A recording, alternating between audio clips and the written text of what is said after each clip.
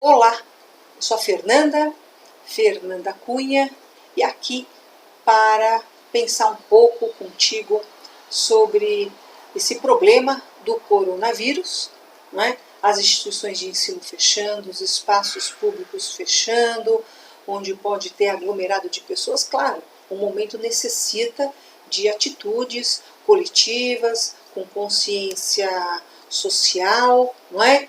Porque um problema de saúde de ordem mundial, né? Fica a questão, como poderíamos estar promovendo a situação de aula, né? Não parar as aulas, de modo que poderíamos estar utilizando nós professores, você professora, professor, não é? Os recursos tecnológicos como intermediadores do processo de ensino-aprendizagem, em que a aluna não sairia de casa, estaria lá recluso na sua casa, guardado, guardada, não tendo perigo de contato, de possível contágio, enfim, tomando as precauções necessárias que boa parte do mundo, que cidades, que os seus ambientes têm tomado as atitudes para evitar uma contaminação em massa, não é? Agora veja, a grande questão de quando a gente para um processo de ensino-aprendizagem, não é que todo aquele encaminhamento que vai se acontecendo e que vai impulsionando um processo de reflexão continuada no estudante, na estudante, no aluno, na aluna, isso é estancado, isso para. O que eu vou chamar aqui de um aquecimento mental, ou seja, a partir de uma ideia que vai se constituindo, porque refletindo na construção de um conhecimento. Por que parar? Está na hora, professor, professora, de encarar os recursos tecnológicos. Claro, nem vou entrar na questão de que como será daqui 5 anos o processo de ensino-aprendizagem pelas redes sociais, não é? Fala-se muito da educação à distância. Eu realmente não gosto dessa terminologia, porque tudo que se ensina pela distância, eu penso particularmente que ensinamento não ocorre, né? Distância e ensinamento e processo de ensino-aprendizagem eu entendo como um hiato profundo que efetivamente não vai se constituir um processo de conhecer, de reconhecer, de aprender. Mas é claro que se conceber um presencial pela rede, um acontecimento ali, em loco, num processo dialogal que se transponha a tecnofobia, sobretudo pedagógica. Porque nós sabemos que os alunos, as alunas, eles estão ávidos por esse processo de ensino-aprendizagem. Eles não têm consciência disso, porque as instituições de ensino, muitas vezes, ou na maioria das vezes, para não dizer sempre, elas têm políticas educacionais que acabam sendo proibitivas do uso, por exemplo, dos alunos com seus celulares, né? Que, na maioria das vezes, na atualidade, são verdadeiros smartphones e que podem se... Veja, um smartphone, ele é um curso no bolso, né? Ou é o curso dentro do bolso, né? Então, estamos aqui agora num momento tão complexo, tão difícil, tão preocupante no mundo, no Brasil, com esse vírus, as escolas, as instituições de ensino fechando, enquanto apenas e tão somente poderia estar nos fluindo com os nossos alunos, com as nossas reflexões, não é? Em que eles estariam em casa, em que o professor, a professora também estaria reservado, preservado, não é? E por que não? Porque a tecnofobia pedagógica, ela tem sido um grande impedimento para o processo de ensino-aprendizagem que esteja convergendo com... Claro, nós estamos num problema aqui no país, um problema no mundo, mas temos que não negar que um processo de ensino-aprendizagem neste paradigma, ele é convergente com a inteligência, com a mente digital do aluno. da aluna, não é? Da atualidade, né? E já de algumas décadas, nós já temos aí jovens de 20 anos que já são nato digitais.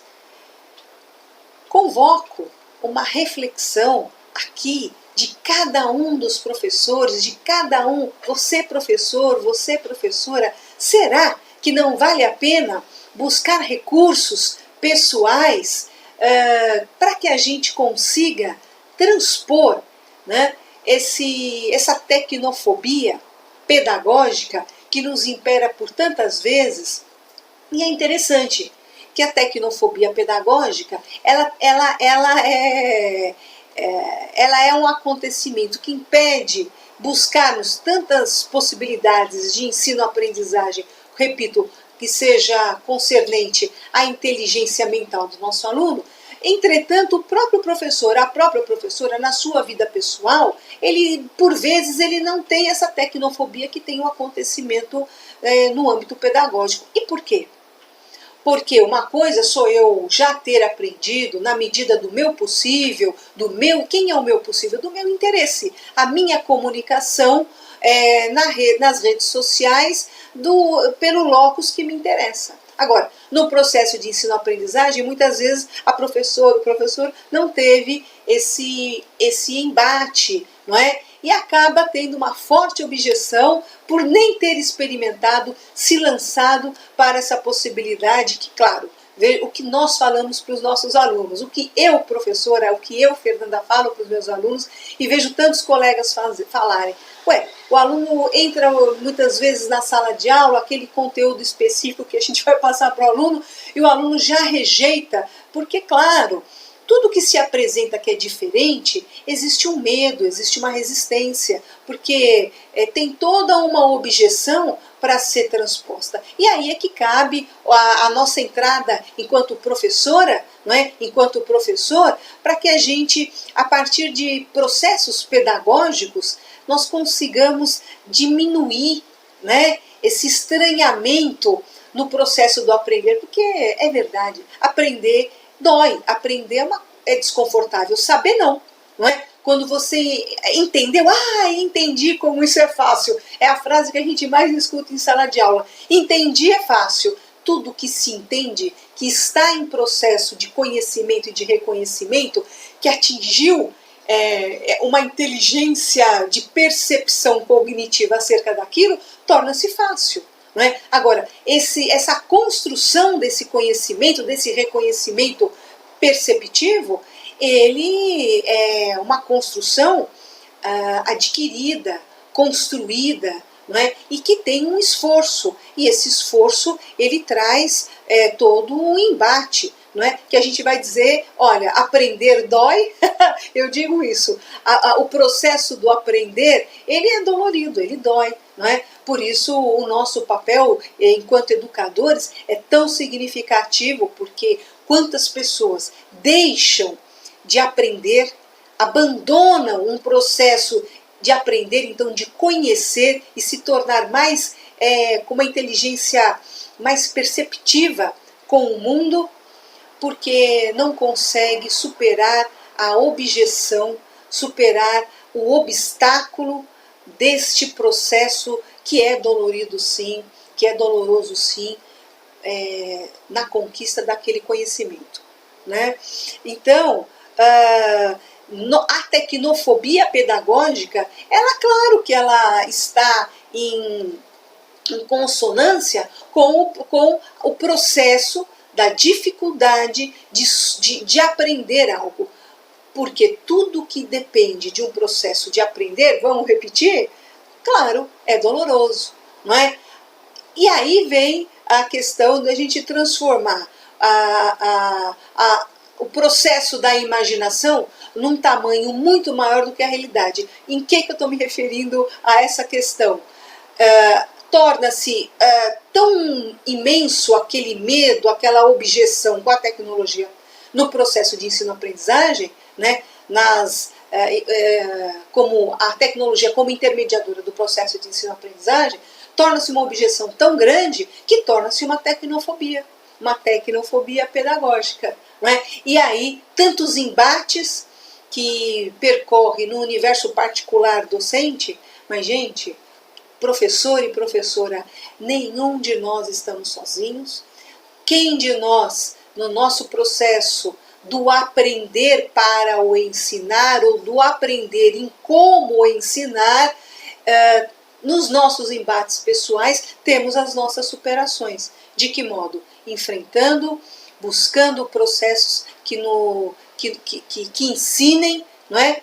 E que, portanto, facilite o processo do aprender. Como fazemos com os nossos alunos. Agora, fato é que professor e que professora não é um aluno, não é uma aluna, quando necessita aprender. E quem de nós não estamos necessitando o tempo todo do aprender?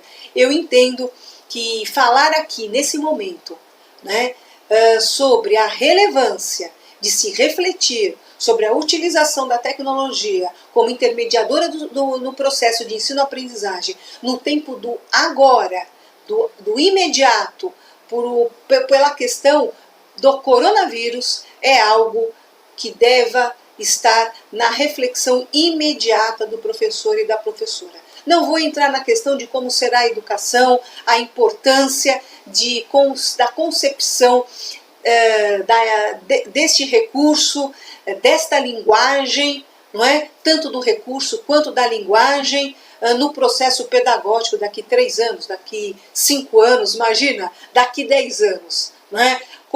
Para a sua permanência no diálogo com a contemporaneidade desses tempos que chegarão. Agora, se de todo modo esse pensamento eu não coloco como o exercício de agora, do agora, como não colocar em questão a necessidade de como se sobrepor a esta realidade que podemos ter aí as escolas, as instituições de ensino fechadas por 3 meses, não é?